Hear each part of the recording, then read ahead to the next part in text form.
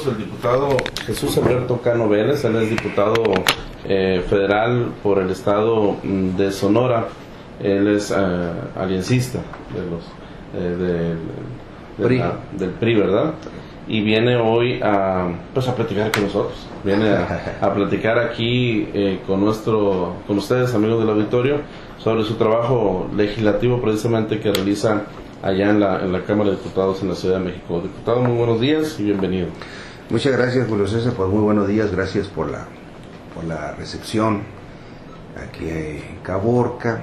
Estuve hace unos días aquí, hace 15 días en Caborca, en la reunión de la Socuada de los 60 años de la misma cooperativa. Y bueno, y me llamó mucho la atención pues el esfuerzo que han hecho los productores de aquí de la región en una empresa que ha logrado grandes avances, grandes avances de integración, sobre todo de modernización, batallando por supuesto como han batallado las personas, sobre todo en materia de financiamiento, de créditos, cómo se han consolidado a golpes y a porrazos, como dicen todas las vicisitudes que han sucedido en los últimos años. Pero a mí me da mucho gusto estar presentes, constatar los avances. Sin embargo, me invitaron y en unos momentos más voy a tener una reunión con ellos, porque quedamos en que me iban a hacer una presentación de los proyectos y programas que tienen de tipo productivo. Sí.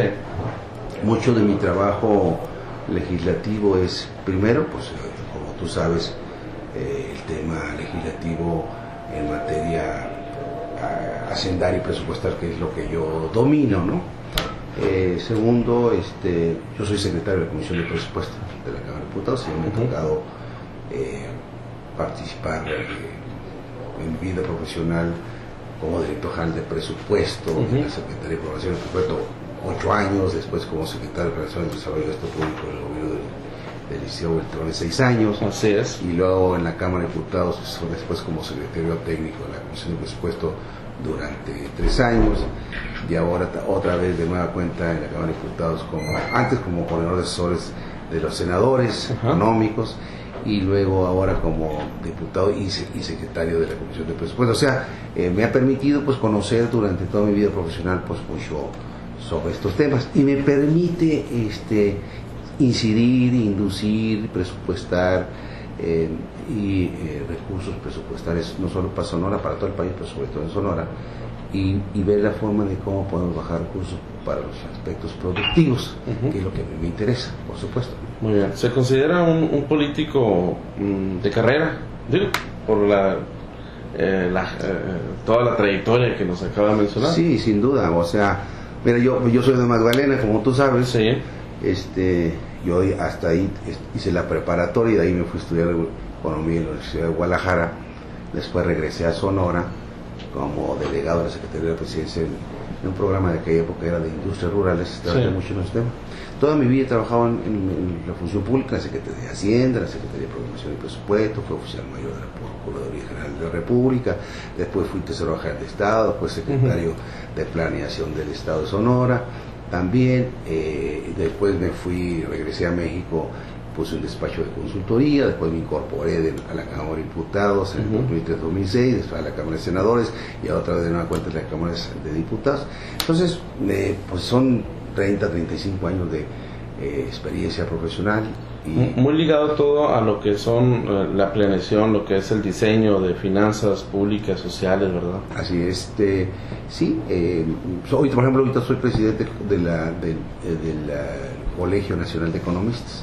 Presido este colegio de los aguerridos y críticos economistas de todo el país. Entonces me permite viajar por todo el país, visualizar, comparar, analizar, apoyar. Como presidente del colegio estoy haciendo un trabajo de esta naturaleza. Yo soy de los profesionistas, economistas y políticos, hombre público, que considero que algo estamos haciendo mal como país. Y estamos haciendo algo como país porque el país no está creciendo como debiera, ¿no? En los últimos 25 años solamente hemos crecido al 2.3% promedio al año. Mientras otros países emergentes como China, como Chile, como Brasil, como Singapur, o la India, Rusia hoy, están creciendo a tasas del 7, 8 y 10%. ¿Y por qué nosotros no crecemos? ¿Por qué no generamos el empleo suficiente? Fíjate, México requiere 1 millón de empleos por año general. ¿Sabes cuánto generamos? ¿1 millón? 1 millón, porque la población económicamente activa crece 1 millón. Sin embargo, pues apenas llegamos a la mitad, ¿no? No. Este año la proyección es de 600 y tantos mil. No, pero ese es un año. ¿Verdad? Ese es un año. El promedio de empleos formales por año que se han generado en los últimos 10 años es de alrededor de 250,000, menos de 250,000 empleos permanentes registrados en el Seguro Social por año. Este año se van a generar 600, la proyección, si nos va bien en el ritmo de crecimiento hacia finales de año, pero el año pasado se generaron 730, pero el antepasado se perdieron casi 700. Entonces, pero el promedio son 250,000, fíjate. ¿Sabes cuántos se estaban yendo en los últimos años a Estados Unidos? 450,000 mexicanos promedio por año. Entonces, si generamos 450,000, se van 450,000, 250,000 que generamos serían 700,000, y los otros 300,000 pues son desempleados, subempleados, informales, y desafortunadamente muchos jóvenes que se van y se enrolan en la delincuencia organizada. ¿Y qué se ocupa, diputado? ¿Qué sugiere usted como diputado federal, como miembro de una bancada? ¿Qué sugiere para hacer las cosas que marchen bien? Yo creo que, mira, primero necesitamos poner orden en nuestro país. Yo creo que el país perdió rumbo, se perdió la brújula, por llamarlo de alguna forma. Requerimos de nueva cuenta fijarla, pero ¿cómo hay que fijarla? Primeramente necesitamos crecer, pero para crecer necesitamos invertir. ¿Y cómo debemos de invertir? Impulsando y fomentando la acción del Estado mexicano en apoyo a la promoción de las empresas y de los particulares. Se perdió, los constituyentes de 1917 fueron muy sabios. El artículo 25 y 26 constitucional dice que el Estado mexicano debe ser el promotor del desarrollo, debe ser el que impulse la actividad de los particulares y del sector social. Y eso se perdió. Y se perdió en los últimos 25 años, casualmente. ¿Por qué? Porque pasamos de un Estado, vamos a decir, de un partido único, avasallador, donde se intervino mucho la economía, al otro extremo donde el Estado se retiró. Parece ser que los mexicanos no somos de puntos medios, sino somos de extremo, ¿no? Somos extremistas. Entonces necesitamos rescatar lo que dice el artículo 26, 25 y 26, el rescatar el Estado promotor de desarrollo, un Estado que promueva la actividad de los particulares, que promueva los sectores productivos, que promueva las regiones de nuestro país. Es decir, al entrar a este modelo que está vigente, el Estado se retiró. Entonces, porque el modelo y el pensamiento económico de los que nos han gobernado los últimos años es el mercado lo resuelve todo, y eso no es cierto. En el mundo y en Estados Unidos y en Europa hoy por hoy está en debate justamente el papel del Estado, el papel del mercado y el papel de la sociedad. Eso lo tenemos que retomar de nueva cuenta nosotros en México, y lo estoy discutiendo yo a nivel nacional. Y se ha visto cuando ha habido la última crisis global y por ende que nos pegó a México también, originada en Estados Unidos, se vio, y propio Estados Unidos tiene que entrar al rescate de las grandes empresas, porque si no lo hace, el colapso es mayor, ¿verdad? A ver, imagínate, tú te hubieras imaginado 30 días antes de la crisis de Estados Unidos, que se derivó de una quiebra de un banco de inversión, de Lehman Brothers, te hubieras imaginado que Estados Unidos, el más claro exponente del capitalismo mundial, iba a rescatar a la General Motors, iba a rescatar a los bancos, iba a rescatar a las empresas hipotecarias, aseguradoras. Nunca te lo hubieras podido imaginar, impensable. Sin embargo, sucedió. ¿Y qué sucedió? Que el propio Estados Unidos tuvo que reconocer la necesidad de intervenir y apoyar. con grandes problemas todavía Estados Unidos, no ha salido de la crisis, está latente por ahí. Sí. Hay muchos desempleados, mucha gente sin casa, ¿no? Que los desalojaron porque no pagaron. Exactamente, todos nosotros los sonorenses en alguna medida tenemos muchos amigos y parientes en Estados Unidos, ¿no? Pues es muy claro. Pero también está sucediendo en Europa. Por ejemplo, España tiene una tasa de desempleo de más del 20% con los grandes problemas que tiene España. Entonces, ¿cuál es el problema? Otra vez el modelo de desarrollo no está funcionando ni a nivel mundial y menos en México. Entonces, ¿qué hay que hacer? Hay que ajustarlo, hay que cambiarlo, sobre todo si nosotros lo tenemos plasmado, insisto, en la Constitución, pues hay que rescatar lo que dice la Constitución. Rescatar lo que funciona y lo que no hay que adecuarlo. Sí. Hay que reformarlo. Mi eslogan es quitemos lo que no funcionó del pasado, pero rescatemos lo que sí funcionó del pasado. Quitemos lo que no funciona hoy, el excesivo mercado y el abandono del Estado, y recuperemos ese planteamiento, sin que el Estado sea interventor en la economía, pero sí sea conductor, orientador, fomentador, promotor, que el Estado sea regulador. Nosotros aquí en México tenemos un Estado mexicano que no regula bien. Fíjate, casualmente, y solamente aquí en México se ve, los bienes públicos, los bienes del Estado mexicano, los hemos venido concesionando a través del tiempo y se han monopolizado. Es decir, las telecomunicaciones. Pues hoy el gran problema que tiene el Estado con Telmex. Bueno, eso. Pero ahorita estamos viendo una lucha de tres mastodontes, elefantes grandotes, que es Telmex, Televisa y TV Azteca, que se están agarrando a trancazos en la planicie, y nosotros los mexicanos esperando que no nos aplasten. Pero ¿qué sucede con un Estado que no regula bien a esos monopolios? Pero lo mismo en telecomunicaciones, lo mismo en aeropuertos, lo mismo en la aviación, lo mismo en la minería, lo mismo en todos los bienes. Todo lo que tiene que ver con los bienes de las concesiones públicas, los bancos son propiedad de la nación. Y son servicio público de banca y crédito que se concesiona, ¿no? Entonces todo eso se ha monopolizado, se ha concentrado. Tenemos fíjate, el país crece al 2.4% promedio en los últimos 25 años. Y el ingreso per cápita de nosotros los mexicanos crece al 0.89%. La diferencia alguien se la apropia. ¿Y qué se la apropia? Pues la concentración. Y entonces la pregunta que yo hago, ¿y dónde está el Estado? Entonces, contestando un poco tu pregunta, ¿qué hay que hacer? Eso, el Estado fuerte, regulador, democrático, con visión de futuro, que elimine las grandes diferencias que existen en este país entre el más rico y los más pobres. Por eso nosotros en la Cámara de Diputados y en el Senado, los legisladores, la propuesta de Mario Fabio Beltrón, el senador Beltrón, de una reforma hacendaria, va dirigida hacia allá. Cómo hacer que todo el mundo pague, que pague menos impuestos, que menores tasas, pero sobre todo que todo el mundo pague, que se eliminen privilegios y se fomente la formalidad. Eso lo estamos discutiendo a nivel nacional. Sin dejar de que el Estado siga asistiendo. Hay temas hoy que son muy importantes, las actividades primarias, la agricultura, la ganadería, frente a situaciones que son atípicas, fuera de control, como son las sequías también, las lluvias torrenciales, los extremos, ¿no? Precisamente, ¿qué hacer en estos sectores? Mira, ¿y qué se ha hecho? ¿Qué está haciendo la bancada a la cual usted pertenece? Por ejemplo, mira, te voy a dar así rápidamente un recuento. En materia presupuestal, yo como secretario de la Comisión de Presupuesto hemos empujado crecientes recursos presupuestales para el Estado de Sonora.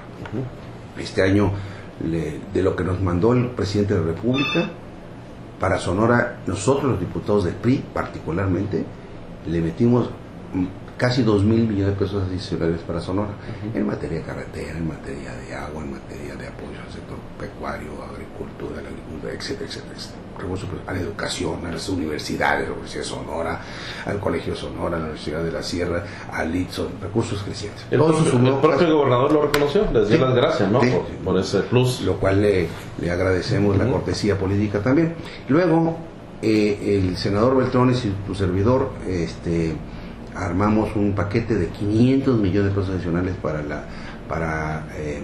sobre todo para pavimentación de algunos municipios de Sonora, que ya también los estamos bajando para el presidente.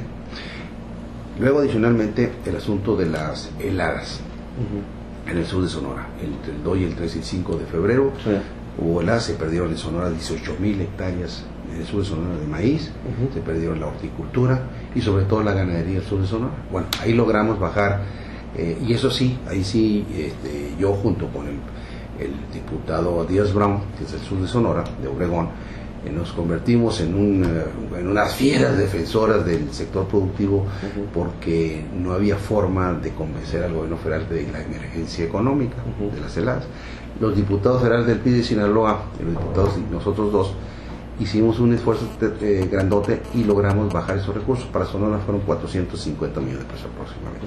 Bueno, a golpe y a porrazos y exigiendo a la Zagarpa federal y a la Zagarpa estatal y todo, ya logramos empezar a que apenas la semana pasada y esta semana empezaron a bajar los recursos para apoyo de semillas para los ganaderos, para que siembren forraje verde, para maquinaria, para pacas y suplementos alimenticios, harinolina, este tipo de cosas.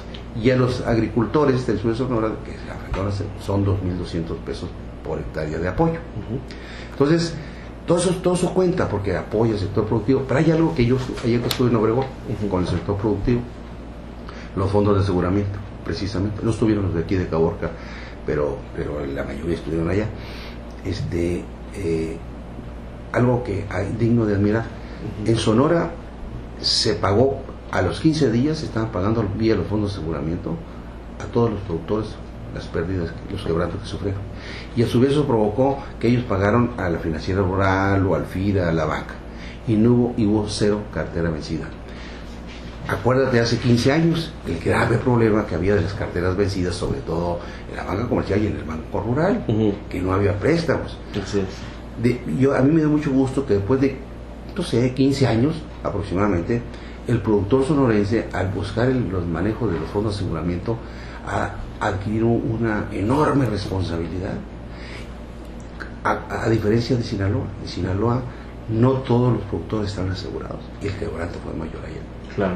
Entonces son cosas importantes que ha venido haciendo los productores, pero hay que seguirlos apoyando, por supuesto, y es mucho de lo que yo estoy haciendo aquí. Muy bien. En las noticias diarias, televisión, en prensa, en internet, hoy tan importante, se habla mucho de las reformas pendientes y de lo que se ha hecho. La reforma hacendaria, diputado. Bueno, la reforma hacendaria pues es algo que sí es una necesidad para el país requiere mayores recursos para financiar la infraestructura, para financiar la educación pública, sobre todo en universidades y educación media superior, la salud de los mexicanos, la seguridad social, en todos los renglones. Se requieren, si me preguntas así rápidamente, se requiere otro tanto de ingresos tributarios. Como bestialidad, estamos dependiendo de los ingresos petroleros, nos estamos acabando el petróleo. Sí. Bueno, entonces la propuesta que hizo el senador Beltrones, y que nosotros la tenemos en la Cámara de Diputados, y yo como miembro de la Comisión de Hacienda la estoy analizando y estoy difundiendo y explicando a nivel nacional, consiste en esto. Primero, una propuesta hacendaria que, a ver, cuando se habla de propuestas hacendarias o de reformas tributarias, a todo el mundo se le ponen los pelos parados de punta, porque es igual a incremento de impuestos, ¿no? Sí. Ahí ya vienen esto con una reforma. Cuando hablamos de reforma hacendaria hablamos de dinero, que el pueblo tiene que poner y del que no tiene. Exactamente. Entonces aquí lo que se está planteando es, primero, disminuir tasas. Fíjate, disminuir tasas impositivas. Quitar impuestos. Fíjate nomás, quitar impuestos. Esa es la propuesta del senador Beltrones y que yo estoy impulsando también y apoyando como diputado federal. Disminuir tasas y quitar impuestos. Que todo mundo pague y por lo tanto recaudas más. Bueno, disminuyes tasas para las empresas del 30 al 25% de aquí a 2015. ¿Por qué a las empresas? Porque necesitamos darles competitividad a las empresas porque están compitiendo en un mundo global. Para las personas físicas que ganan arriba de 500,000 pesos, llevarlos hasta el 35%. Para que pague más el que gana más y que pague menos el que gana menos. Y para las empresas bajar la tasa del 30 al 25, quitando el IETO porque son dos impuestos, quitas el YETO y dejas solamente el impuesto sobre la renta, pero le incorporas al impuesto sobre la renta las bondades del YETO. ¿Y cuál es una de las bondades del YETO? Es la deducibilidad en materia de inversión, deducibilidad inmediata en materia de inversión.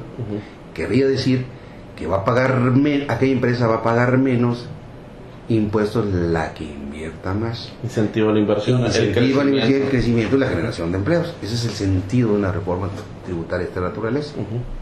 Y por otro, entonces le quitas, le das competitividad a las empresas, a las personas morales, y por otro lado le das progresividad al impuesto a las personas físicas, sobre todo a aquellas que van a ganar arriba de 500, que ganan arriba de 500,000 pesos, hasta el 35%. Todos los países del mundo lo hacen. ¿Por qué nosotros no? Bueno, ese es un punto. En materia de IVA, generalizarlo con una canasta básica solamente de alimentos y con una canasta básica de, no sé, las medicinas, pero sí se cobraría a aquellos que aparentan ser medicinas y no pagan IVA. Es decir, y pongo el ejemplo. El hombre más rico de México y del mundo, hoy por hoy, no paga IVA en alimentos y medicinas. Pues me parece un despropósito, ¿no? Yo, que tengo ingresos superiores a los 30,000 pesos mensuales, pues no pago alimentos y medicina. Me parece un despropósito, debiéramos pagar todos. Aquellos que tienen ingresos superiores tienen que pagar. Tenemos que pagar, por un lado. Segundo, ¿cómo hacerle para que todo el mundo pague? Pues generalícenlo, le quitas la regresividad al IVA, porque es regresivo, le quitas y haces que un impuesto de incentivo para la formalización, un devolutivo del 3%. Nos han criticado la propuesta. Bueno, pues ¿cómo le van a hacer la señora que vende allá tacos en su casa o en la banqueta? Toda esa señora tiene credencial de lector, así como fue a sacar su credencial de lector. Lo mismo puede hacer a sacar su cuenta fiscal en Hacienda, un numerito y una tarjeta de débito, mínimamente. Eso hay que instrumentarlo. Y cuando esa señora vaya a comprar a la tienda o vaya a pagar un servicio, va a pagar el 16, pero por dar el solo cuenta fiscal y pedir el recibo, se le va a devolver el 3% en su cuenta de débito. Estamos en el mundo de la cibernética. ¿Quién dice que no se puede? Lo que pasa es que los que están criticando la medida se ponen a dar ese tipo de ejemplos. Por supuesto que no. Se trata de incentivar la formalidad. ¿A poco no llegas tú a una tienda y le dicen, oiga mi amigo, ¿lo quiere con factura o sin factura? Para no cobrar el IVA. Aún. ¿Por qué hemos fomentado eso? Justamente porque no estamos estimulándote a ti consumidor a que le pidas el recibo. Te auto-obligas a pedir el recibo o la factura, ¿no? Mediante un estímulo. Dicen aquellos, bueno, ¿a poco con el 3% vas a incentivar a que es informal? De esos que anuncios. ¿Cuántos pagos no hacemos? Exactamente. Vas y compras un pantalón, una camisa, etcétera. Te vas a realizar eso. Aquel que no quiere ser formal le va a seguir costando más, el 16%, por un lado. Pero sobre todo hay otros elementos que cada día se van estableciendo en la materia hacendaria y tributaria que le van cortando el paso a la evasión y la ilusión fiscal. Esos son pasos que tenemos que dar en el futuro para recaudar más y que el gobierno federal, estatal y municipal, o el gobierno en su conjunto y la sociedad en conjunto tengan más recursos para recibir más beneficios a su favor, y no estamos elevando impuestos. El chiste es que todo el mundo pague. Ese es el gran problema de México, que mucha gente no paga. ¿Cree usted posible la reforma? ¿Se estaría impulsando esta propuesta en el próximo presupuesto del 2012? Sí, es la intención. Como cerramos el periodo ordinario ahora el 30 de abril, y quedó en el tintero varias cosas urgentes, como son la reforma política, la reforma laboral, la reforma sobre la Ley de Seguridad Nacional, sobre todo, y la reforma hacendaria. La reforma hacendaria, al final de cuentas, va a ir muy ligada a la presentación del paquete económico que haga el presidente de la República el 8 de septiembre, la ley de ingreso y el presupuesto. Bueno, no sabemos qué vaya a presentar el presidente, y más ahora pues que andan en campaña hasta el secretario de Hacienda. Fíjate, el secretario de Hacienda en campaña, el gobernador de México, del Banco de México en campaña, hazme favor. Entonces, ¿quién está a cargo de las finanzas públicas nacionales? Se anticipa un presupuesto de consensos, de mucho jaloneo. Bueno, me toca pensarlo así, ¿verdad? Sí, no, y yo creo y que... de lo veto no le entro y de prolongadas sesiones. Se te antoja y tu percepción es muy a mi gusto, muy atinada. Yo veo una discusión difícil, complicada. Viene pues el año electoral, el próximo año. Va la disputa por los presupuestos, va a ser feroz. Los gobiernos estatales, los 32 gobiernos, el propio gobierno federal, el sector productivo como el campo, por ejemplo, que debemos impulsarlo, etcétera, etcétera, etcétera. Todo el mundo va a pedir su espacio, todo el mundo va a querer estar ahí presente y sin embargo el presupuesto no alcanza. No alcanza. Entonces a mí, imagínate, yo soy el secretario de la Comisión de Presupuesto, a mí toca literalmente armar el presupuesto nacional. Entonces la presión que nos ejerce sobre nosotros, los 32 gobernadores, incluyendo el Distrito Federal, presidentes municipales, sectores, todo el mundo, es impresionante, ¿no? Entonces distribuir los consensos la escasez pasan por su... Sí, por mí. Por su comisión. Casualmente.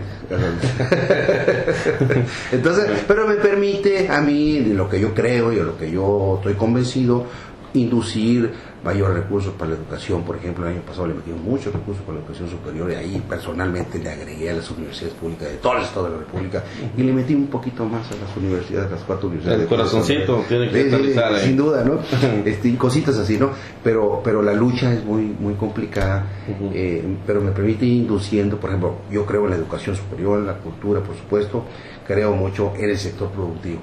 O sea, yo soy de esta región, yo soy también productor, soy ganadero de origen y me identifico mucho con el sector. Se requiere sobre todo apoyo al sector productivo para que genere empleo y certidumbre sobre todo. Eso es lo que hay que impulsar. No nomás desde el punto de vista del presupuesto, sino desde el punto de vista de impulsar recursos y financiamiento con la banca de desarrollo. Tenemos una iniciativa que hicimos nosotros los diputados del PRI para reformar y otra vez rescatar lo que antaño fue la banca de desarrollo. Ahorita no hay banca de desarrollo. Entonces estamos trabajando, yo estoy trabajando mucho en el tema de la banca de desarrollo y esperemos también tener una iniciativa que llegue a sus felices términos este año. Hay una cultura del préstamo, ¿no? Es evidente, las empresas precisamente las que usted mencionaba se dedican a prestar, pero es un costo muy alto. Es una facilidad, es algo inmediato, pero es alto. El otro día hace falta un esquema diferente. No, sí, por ejemplo, te voy a dar un ejemplo. El otro día unos amigos míos de ahí de Hermosillo me hablaron: oye, necesitamos que nos ayudes allá en Bancomex y Nacional Financiera y Financiera Rural porque traemos atorados unas cosas. A ver, vénganse, fueron para allá, como son acuacultores. Entonces me dicen, lo que pasa es que queremos crecer en otra planta, pero necesitamos que nos libere garantías. Bancomex. ¿Y cuál es el problema? Lo que pasa es que ahorita ya pagamos, y como ya pagamos, ya la garantía está 6-1.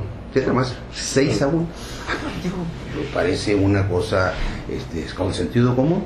Le hablo al director general de Nacional Financiera y que al mismo tiempo es director general de Bancomex y digo: oye, Héctor, fíjate que te voy a mandar tiene un problema. Y ahora pues después de mucho tiempo, tengo 6 meses y no hemos podido. ¿Sabes por qué?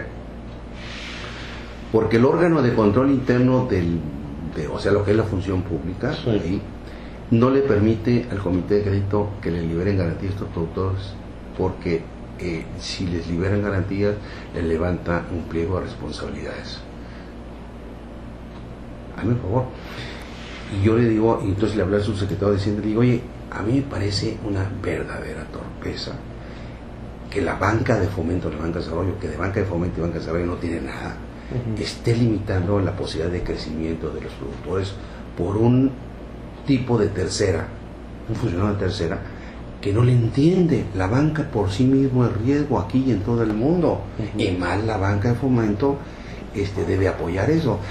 Pero se quedaron con aquella idea de que la banca y los bancos oficiales deben de ganar, no deben de perder. Estoy de acuerdo que no deben de perder, tiene que estar sana, pero no puedes limitar el fomento económico de los productores agropecuarios de este estado, del país, con una decisión unilateral, limitada y que no apoya al sector productivo. Ese tipo de cosas no. Y no se puede. Y son los grandes problemas, las trabas que hoy en día enfrentan la iniciativa privada, ¿verdad? Por ejemplo, ahorita y por hoy, tenemos un problema de tipo cambio. Resulta ser que en México están llegando cantidades enormes de dólares, del petróleo, de la remesa, de las exportaciones, bla, bla. Turismo. ¿Qué sucede? La gran canalización de recursos y por las altas tasas de interés de referencia comparadas con Estados Unidos, en la bolsa de valores llega mucho dinero. Entonces estamos inundados de dólares. El Banco de México tiene 28 mil millones de dólares de reservas. El peso pues se ha apreciado, o tenemos un dólar barato. Evidentemente, ¿qué significa? Pues que los productos en el extranjero son más baratos para los mexicanos. Y nuestros productos que exportamos son más caros. Entonces le resta competitividad.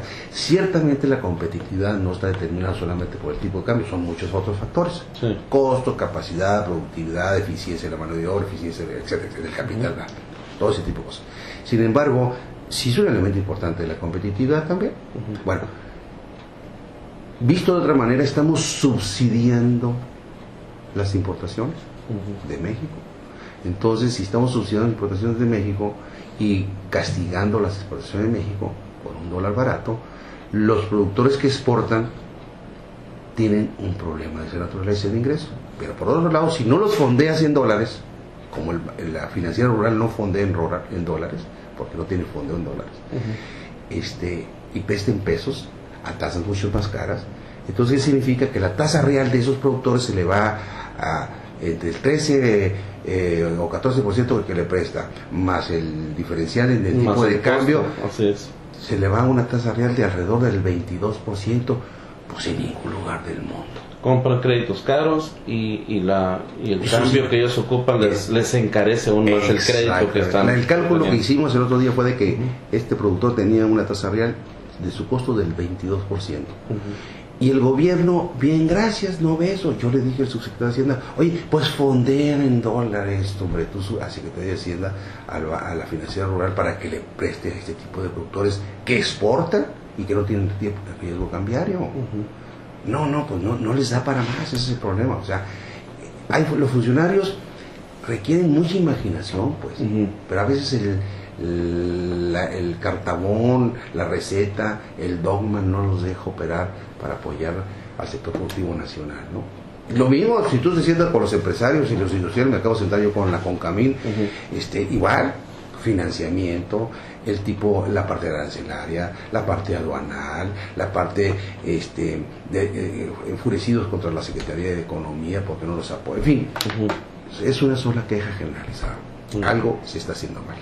Diputado, pues muchísimas gracias por habernos visitado, pero no puedo decirle que vamos a despedir la entrevista sin antes preguntarle de un tema ineludible. Usted lo dijo, todo el mundo anda en campaña, y por parte de los funcionarios federales ciertamente pues son como 10, dijo el dirigente panista, pero pues yo creo que andan más titulares de primer nivel. Igual en el partido en el cual usted milita, pues también hay aspiraciones y son muy legítimas, quieren ser presidente de la República, senadores, diputados. ¿Cómo la ve usted en su partido? Nada más hay un senador que quiere ser presidente de la República. Bueno. Y hay un gobernador. Vamos preguntando. Querían ser más, pero yo creo que las definiciones ya van en dos, ¿verdad? Y el texto va a ser entre dos. ¿Cómo la ve usted al interior? Peña Nieto, un gobernador exitoso, muy famoso, lo digo porque todo el mundo sabe de él. Es correcto. La gran mayoría, más del 90%, sabe quién es Peña Nieto o ha oído de él. Sale en todas las revistas de sociales. Bueno, pues tiene una mujer artista, ¿cómo no va a ser? Y el senador Beltrones, que tiene una trayectoria también política muy interesante y de mucha profundidad. ¿Cómo la ve usted? Dígame usted sensatamente, ¿qué va a pasar en el PRI? Bueno, sin duda, en el PRI tenemos, para mi gusto, solamente dos claros exponentes que tienen posibilidades para ser candidatos de mi partido a la presidencia de la República. Y son, efectivamente, Enrique Peña Nieto, un gobernador, como tú lo acabas, muy carismático, exitoso, joven, con un discurso nuevo, por supuesto, y que tiene mucho carisma. Independientemente de que salgan las revistas de todo tipo, pero bueno, es otra cosa. Y tenemos al senador Beltrones, que lo conocemos nosotros aquí, sobre todo los sonorenses, pero a nivel nacional, pues ha demostrado tener un carácter, madurez, inteligencia, pero sobre todo madurez y visión de Estado. Es un referente fundamental. Es estadista. Visión de estadistas, ¿verdad? Pero es un referente fundamental en todas las grandes decisiones de nuestro país. Una gente que es, como decía Colosio, producto del esfuerzo, ¿no? Salió de Villa Juárez a Obregón y se fue a estudiar a México y después regresó como diputado, después como senador y después como gobernador, y ahora de nueva cuenta diputado y senador de nueva cuenta. O sea, una gente que ha luchado mucho en su vida profesional y política, o es economista también, por cierto. Entonces tiene esas enormes ventajas de lo que requiere México. Tiene una visión de Estado, efectivamente tiene una visión de país muy clara. Yo lo conozco, pues es mi amigo, he trabajado al lado de él los últimos. Llevan una carrera a la par. Así es, efectivamente. Entonces, pues ahí están los dos. Vamos a ver qué pasa en los próximos meses. Yo creo que hacia finales de año va a haber la decisión. En mi partido es un partido que creo que va en unidad, por supuesto, y va, es una competencia sana, sin duda, de gran reconocimiento y de ahí vamos, en ese sentido. Entonces vamos a ver de aquí a finales de año qué pasa. El senador Beltrán dice que, primeramente, dice él, ¿para qué queremos llegar de nueva cuenta al poder? Hay que preguntarse hacia el interior de nuestro partido, ¿para qué queremos llegar? Y lo dice que también, que primero el programa y después el hombre. Vamos a explicar qué queremos. Bueno, pues yo creo que de aquí a finales de año van a acontecer muchas cosas. El gobernador Peña Nieto termina su mandato el 15 de septiembre. El senador Beltrones termina su presidencia del Senado el 31 de agosto. Entonces, pues septiembre va a ser muy interesante. Sí. ¿Van a estar libres los dos? ¿Verdad? Bueno. Septiembre va a estar muy interesante. A partir de septiembre va a estar muy interesante. Muy interesante. Así es. ¿Y cuál es el escenario que usted visualiza? El Estado de México siempre ha aportado precandidatos. La vez anterior fue Montiel. Sin embargo, Sonora también ha sido, y la historia lo tiene ahí, como presidente de la República, algunos, y muy importantes. Pues Sonora dio 3 presidentes de la República. Y muy importantes en la historia de México, ¿no? Precisamente el fundador del propio partido. Entonces, hay temple, ¿verdad? Álvaro Obregón, General Rodríguez. Y luego, pues, Luis Donaldo Colosio, que estuvo a punto. Así es. Y bueno, tenemos a un senador, Beltrones, que fue gobernador y que es muy admirado y querido, respetado sobre todo de todos los sonorenses. Y a nivel nacional, yo lo acompaño a muchas giras a nivel nacional, visitas a otros estados, y en realidad me sorprende la capacidad, la recepción que tiene la gente cuando lo escuchan, la visión que tiene del país, a dónde quiere llegar, es admirable. Yo recuerdo a Beltrones en su momento en Sonora como Peña Nieto, carismático, joven, dinámico. Ahora con mucha experiencia. Él llegó a ser gobernador a los 39 años. Muy joven. Sí, 39 y ahora años. viene con mucha experiencia. Beltrones tiene 58 años ahorita. Estamos analizando perfiles, vamos a ver qué pasa. No, sin duda, pero hay una cosa muy importante.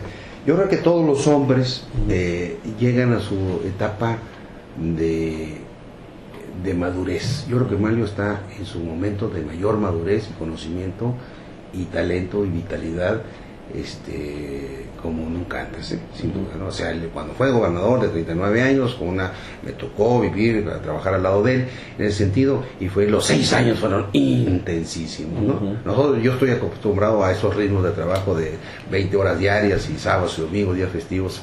Sí me he formado toda mi vida profesional, y así fueron los 6 años. Bueno, así sigue trabajando él, y así seguimos trabajando nosotros con esa intensidad. Entonces, pero sin embargo, el nivel de madurez adquirido se siente al final del camino. Entonces, pues los que nos hemos preparado en estas cosas, llega un momento en que tienes la madurez suficiente para eso y para otras cosas, por supuesto, ¿no? Muy bien. ¿quién visualiza entre las tres fuerzas políticas más importantes, PAN, PRD, PRI? ¿A quién visualiza usted en la contienda? Pues mira, por ejemplo, en el PRD pues está López Obrador y Marcelo Ebrard. Ahí quién sabe qué vaya a pasar ahí, porque el PT y Convergencia están con López Obrador. No sé qué vaya a pasar con el PRD, si no todos se vayan a un lado, se van al otro. Ahí hay un problema que no está resuelto. En el caso del PAN, pues pues ya se destapó el secretario de Hacienda, Cordero. Sin embargo, pues hay visos, indicios de inconformidad dentro del PAN a través de Santiago Krill y Josefina Vázquez Mota, que ya está creciendo mucho en los últimos meses. Entonces, pues, ¿qué va a pasar en el PAN y en el también no sabemos? En el PRI, te lo puedo asegurar. En el PRI vamos a salir airosos con un candidato fuerte, que vamos a definirlo nosotros los priistas hacia finales de este año. Y te aseguro, y te lo voy a reiterar y vendré cuantas veces decirte que creo que vamos a salir airosos en ese sentido, con un candidato, sobre todo con unidad de todos los priistas de México. Bien. Diputado, muchísimas gracias por visitarnos y compartir con nosotros, así en resumen, su trabajo legislativo como integrante de la bancada sonorense. Gracias, te agradezco mucho por eso. Yo seguiré viniendo, si me permites, en otra ocasión, sobre todo buscando aterrizar recursos y apoyos a los sectores productivos de aquí de la región de Caborca. Vengo a escuchar los planteamientos productivos de los grupos empresariales, de la SOCUADA, en este sentido tengo una reunión con ellos ahorita, ver temas de financiamiento, de organización, de aspectos financieros, etcétera, de todo ese tipo de cosas, y sobre todo ir a la búsqueda del mejoramiento de la sociedad caborquense de la región, de esta región del estado. Muchas gracias. No, gracias a ti, te agradezco. El diputado Jesús Alberto Cano Vélez.